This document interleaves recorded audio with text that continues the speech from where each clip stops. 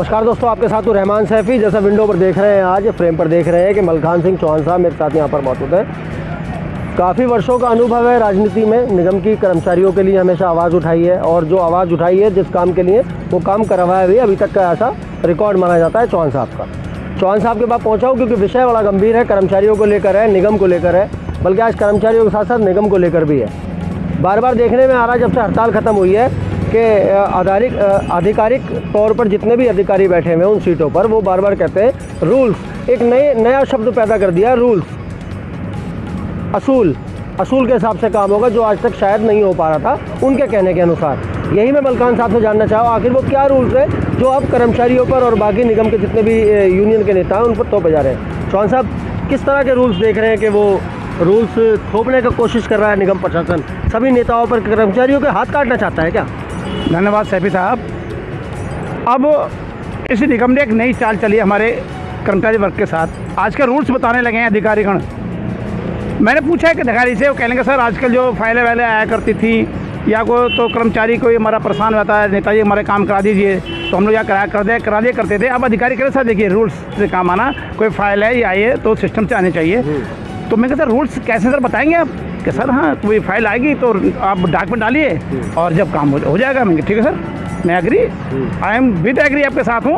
और सर एक रूल्स मुझे ये बता दीजिए आप अधिकारी महोदय, एक मेरा कर्मचारी आपके निगम में अपने जीवन के 40 से 35 वर्ष आपको देता है और जब उस पर रिटायरमेंट करते हैं उसे आप क्या देते हैं? उसे आप रिटायरमेंट के उसके लाभांश देते हैं क्या? तो वहाँ पे साइलेंट हो गए वो। मैं क्यों सर, ये रूल्स नहीं है।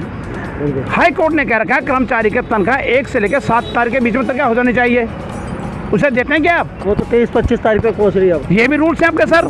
मैं बहुत अच्छी बात है, रूल्स आप बताने लगे आप हमारे को।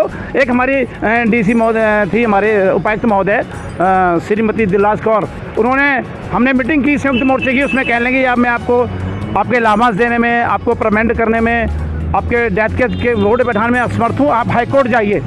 हम हाई कोर्ट में गए। हाई कोर्ट में एक नोडल अधिकारी हमारे बैठा दिया गया है, वहाँ भी निगम में जा कर के रूल्स के विरुद्ध जाकर झूठा हल्फनामा देकर आए लोग। क्या हम उनको पक्का कर रहे हैं, उनके लाभांश देंगे? वहाँ भी ठन गोपाल कुछ नहीं दिया इन्होंने। हालांकि हाई कोर्ट ने इनको बाउंड कर दिया, 4 हफ्ते का समय दिया है निगम को कि आप अधिकारी को जो दिया आपने झूठे हल्फनामे ना दें, वरना आपके विरुद्ध भी अनुशासनात्मक कार्रवाई होगी। तो वहाँ पे इनके कान खड़े हो गए। इनको कर्मचारियों की और नेताओं की एकता के सामने झुकना पड़ा निगम को। फिर ये अपने आप को बैक किया इन्होंने, फिर 4 हफ्ते का उन्होंने समय दिया है। मलखान साहब, इसी बात से मेरा एक सवाल आ रहा है मेरे जहन में। मैं यहाँ पर बताता चलूँगा पहले अपने सभी जितने भी कर्मचारी साथी मेरे ये देख रहे हैं, जितने भी व्यूअर्स देख रहे हैं, बाद में कठोर तौर से सच्चाई है। एक कमिश्नर आए रणवीर सिंह साहब, आज कोई भी कर्मचारी उनको भूला नहीं है क्योंकि उन्होंने कर्मचारियों के लिए कुछ तो करके गए। दूसरी कमिश्नर उनके जाने के बाद आई हमारी दिलराज कौर मैडम, उनको भी शायद कर्मचारी नहीं भूल पा रहा, लेकिन किसी की अच्छाई से और किसी तरह की अच्छाई से, अच्छाई का माध्यम है उसको याद करने का व्यक्ति को। जिस तरह से मलखान साहब ने एक बात कही, मुझे भी एक बात याद आ रही है। कहीं एक बहुत बड़ी साजिश की बू आ रही है पूरे मामले को देखते हुए। जिस तरह से प्राइवेटेशन की बात चली मलखान साहब, और वो निगम के यूनियन के जितने भी नेता हैं उन सब के आगे झुकना पड़ा निगम प्रशासन को, उसको रोकना पड़ा, लेकिन कुछ वादों को वो आखिरकार कर दिया उन्होंने।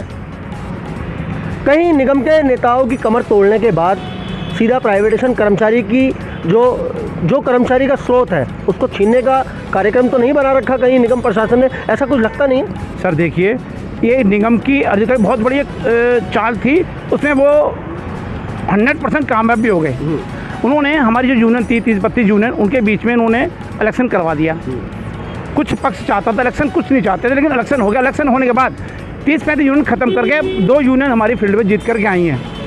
अब जो हमारे जीते हुए संगठन है, ये निगम कहाँ 30 आदमी हुआ करते थे सर उस टाइम, आज दो संगठन रह गए। आज उनकी भी नहीं सुनी जा रही है। आज उनके देखते ही देखते उनके सामने टिप्पर लगा दिए गए, घर से प्राइवेट कूड़ा उठा देने का काम लगा दिया गया, जिसमें कि जो जीता हुआ संगठन है उन्होंने इसका भी विरोध किया, हाथ पैर बहुत फेंके उन्होंने, लेकिन वो कामयाब नहीं हो पाए और निगम उसमें अपनी चाल में कामयाब रहा। आज हमारे निगम के अंदर अधिकतर डिपार्टमेंट में प्राइवेटेशन घुसता चला जा रहा है और जो जीते हमारे संगठन है वो इसमें असमर्थ है उसको रोकने के लिए। इसीलिए हम लोगों ने एक संयुक्त मोर्चा बनाया था जीतू संगठन के मार्फत, हमने अपना समर्थन उनको दिया और 8-9 संगठनों ने मिलकर के 18 दिन की हमने स्ट्राइक की, काम बंद हड़ताल किया। वहाँ पे निगम को मजबूर होकर हमारे सामने झुकना पड़ा, लेकिन वो भी एक पॉलिसी खेल गया हमारे साथ, हमारे को भ्रमित करके कोर्ट में केस चला गया। उसमें हम लोग भी गए जा करके, हमने खुद पिटिशन डाली है। अब देखिए माननीय हाई कोर्ट का पालन तो करना पड़ता है सर। तो अभी मैं 20 मई की डेट दी है उसमें, और उसमें अब हमें उम्मीद है कि हाई कोर्ट से, क्योंकि निगम तो अपनी चाल चलता जा रहा है, हम उसमें असमर्थ और घिरता चला जा रहा है मेरे निगम का अधिकारी। इन सब बातों के ऊपर निगम की जितनी भी यूनियन अभी मौजूदा वक्त में काम कर रही हैं, आप भी एक यूनियन में काम करते हैं, मुझे लगता है कि मुकेश वैद्य जी बार बार हर बात को कोर्ट तक लेके जाते हैं, और कर्मचारियों को जैसे वर्दी का उन्होंने प्रावधान भी करवाया, बहुत सारी इस तरह की चीज़ें हैं। क्या कर्मचारियों के लिए निगम के यूनियन नेताओं की कमर तोड़ने का जो षड्यंत्र था उसमें वो निगम प्रशासन कामयाब हुआ है? मैं बताना चाहता हूँ, देखिए सच्चाई से मुंह नहीं मोड़ना चाहिए और सच बोलना भी चाहिए। हाँ, निगम अपनी इस चाल में कामयाब रहा। जहाँ हमारी 27 यूनियन थी उसमें सबको अलग करके 2 यूनियन जीती। आज 2 यूनियन भी चाह करके निगम में जो प्रावधान बढ़ता था उसे नहीं रोक पा रही हैं। हाँ बिल्कुल, ये तो सर अंडरस्टूड है, कामयाब रहा निगम इसमें। लेकिन इसमें हमने कोर्ट का सहारा लिया है एक, और उन्होंने एक और हमको बताया है कि अब यहाँ पर टीमें बना दी जाएंगी, एक जोन लेवल पे, एक हेडक्वार्टर लेवल पर। हम निगम का अधिकारी या कर्मचारी या नेतागण उनसे अपनी सब शिकायत रखेंगे, वो आगे रखेंगे, फिर वो हाई कोर्ट में जाएगी। तो सिस्टम प्रणाली बन चुकी है, और मैं उम्मीद है कि हाई कोर्ट से कर्मचारियों के लिए बहुत अच्छी खुशी की लहर आएगी। एक आखिरी सवाल, कर्मचारियों को एकत्रित करने के लिए और एकत्रित संगठित रहने के लिए क्या आप कहना चाहते हैं कर्मचारियों को? मैं सर ये कहना चाहूँगा, क्योंकि एकता में ही बहुत बड़ी शक्ति है।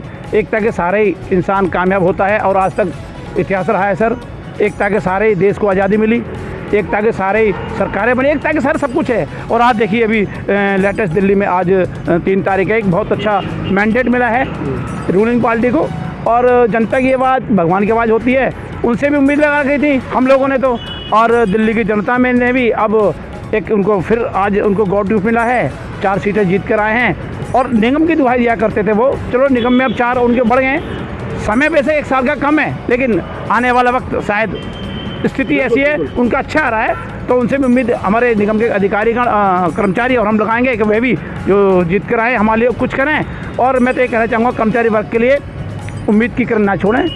जितने भी नेता हैं सब आपके साथ हैं, तन मन धन से आपके साथ हैं, और एकता का परिचय है। अधिकारी आज है कल नहीं, आप और वो हमेशा रहेंगे यहाँ। बिल्कुल। इसलिए आप और हम एक पार्ट हैं, क्योंकि निगम में और कर्मचारी वीर में नेता एक ऐसी कड़ी है जो कर्मचारी की और अधिकारी बीच में एक बहुत मध्यस्थता कराता है। जो कर्मचारी की सैलरी नहीं मिल पाती, तनख्वाह नहीं मिल पाती, वर्दी नहीं मिल पाती, उसके लिए हमारा नेता उस कर्मचारी के लिए लड़ता है, अधिकारियों की नींद हराम करता है। अगर हमारे नेता गणनीय होंगे तो इस निगम का बहुत बुरा हाल हो जाएगा। तो मेरी कर्मचारी वर्ग से यही प्रार्थना है कि आप सब लोग एकता का परिचय दें और किसी के बहकावे में ना आए, अपनी एकता को मजबूत रखें। अगर इस निगम ने फिर हमारे कर्मचारी विभाग के साथ जिस प्रकार से स्वतंत्र व्यवहार करता चला आ रहा है, ऐसे करता रहा, तो हम और आप फिर आंदोलन कर देंगे। देश हमारा आज़ाद है, हमें हमें हक अधिकार लेने से कोई नहीं रोक सकता।